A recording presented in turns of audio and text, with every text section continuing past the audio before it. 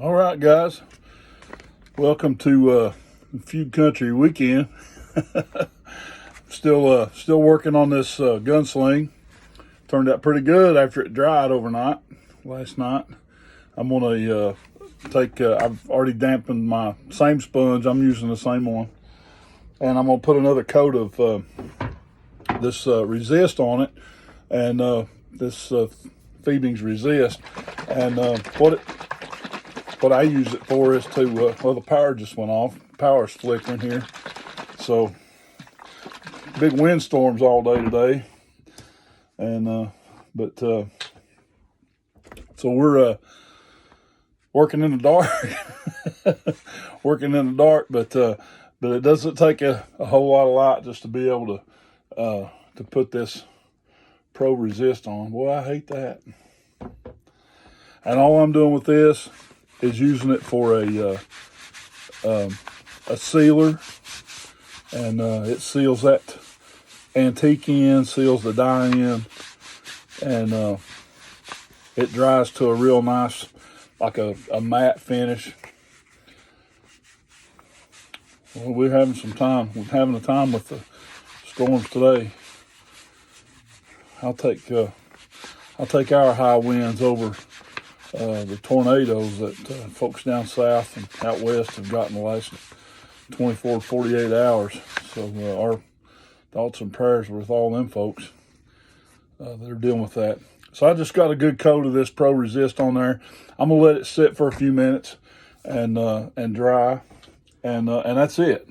I'll buff it out later and use just kind of buff it with a one of those blue shop paper towel shop rags, and but it'll sit here and dry. And I have a piece of brown oil tan that I'm gonna put on the back.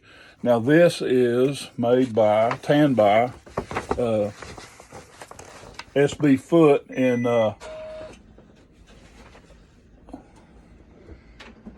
Minnesota, and this is the same leather that they use on making Red Wing boots. And this is, if you know Red Wing boots, you know that that leather's good. And this, so this will be the back, and I'm not too concerned about how this top piece looks. It's got some wrinkles in it, but you can see that the back looks really, really good. And so we're gonna be using that. I'm gonna attach it down. I'm gonna use a piece of sanding block. I've got a heavy grit sand block that I use on just for this very thing, just to kind of rough that top down.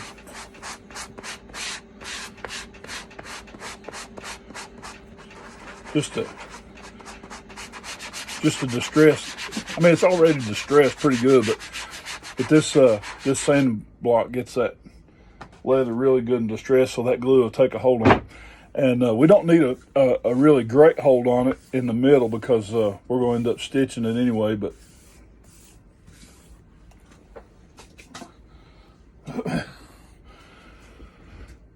and I use let me see.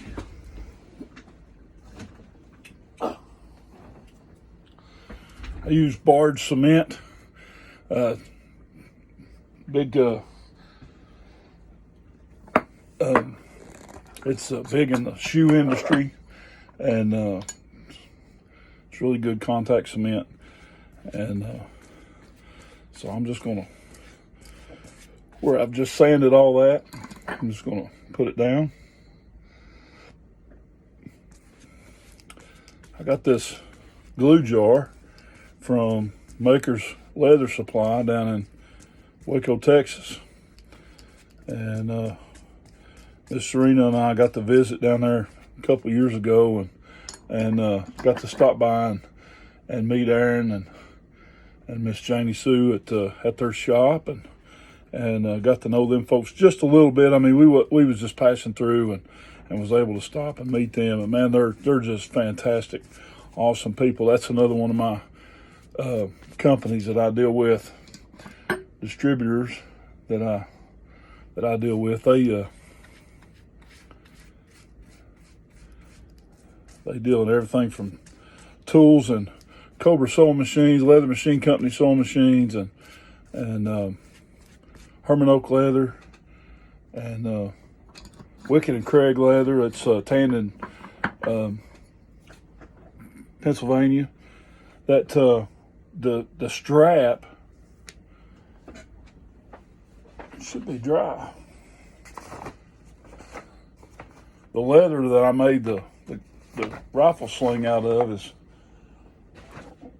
is Herman Oak, and Herman Oak, see, it's already dry, and it's got a really nice matte finish to it. And when I get finished with it, when I finish completely, I'll be able to wipe it down with a paper towel, and then take a shoe brush to it, and just buff it real nice, and it'll clean up really, really, really nice. And this leather is Herman Oak leather, and it's tanned in St. Louis. And then, like I said, the SB foot is tanned up in Minnesota. What I'm trying to do is keep from getting it out on the strap part, because I'm not going to be attaching it to the strap. So I'm just trying to get my glue on the main back part of the sling, and not worry about that strap. We'll take care of all that later. That strap doesn't get anything except just cleaning up. So I'm gonna have to put some more glue in that.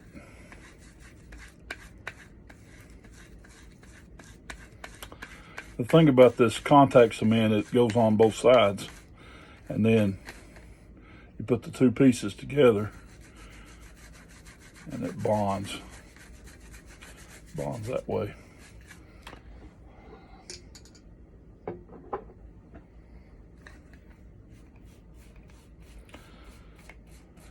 Make sure I get my edges really good.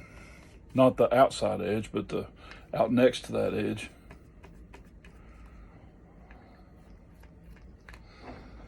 Down here at the bottom.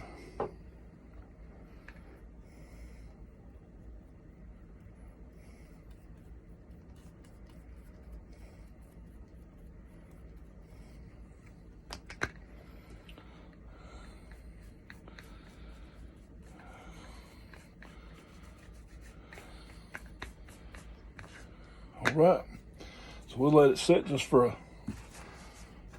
minute here.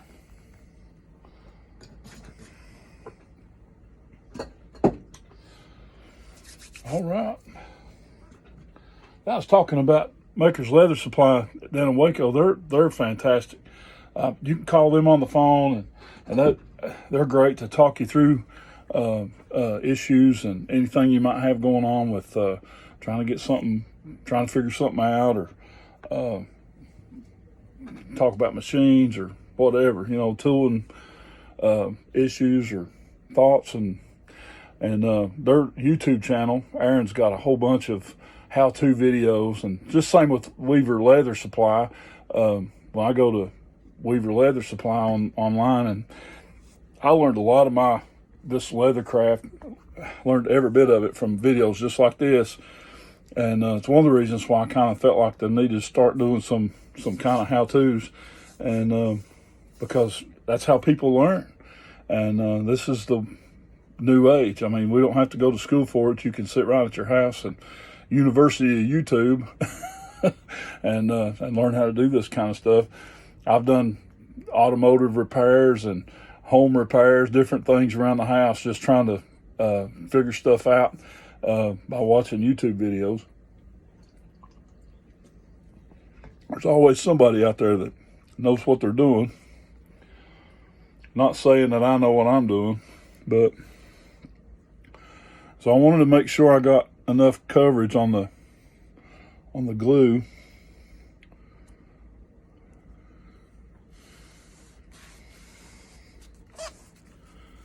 And then just start pressing it down.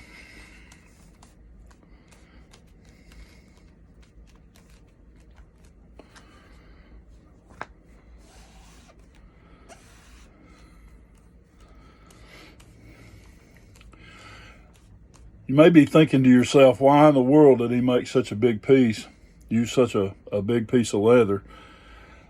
Honestly, and you can try this yourself, but now I've tried it, and I've just learned that it's easier for me to put it on that piece and then trim around it, and trim that off. I'll trim off the excess than it is to cut another piece and try to match up the edges.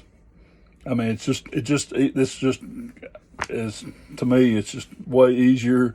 It's way faster, and does such a much cleaner job to do it this way.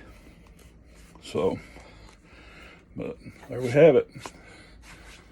And you see that's got a really nice, it's not suede, but it's got almost a suede-like feel to it.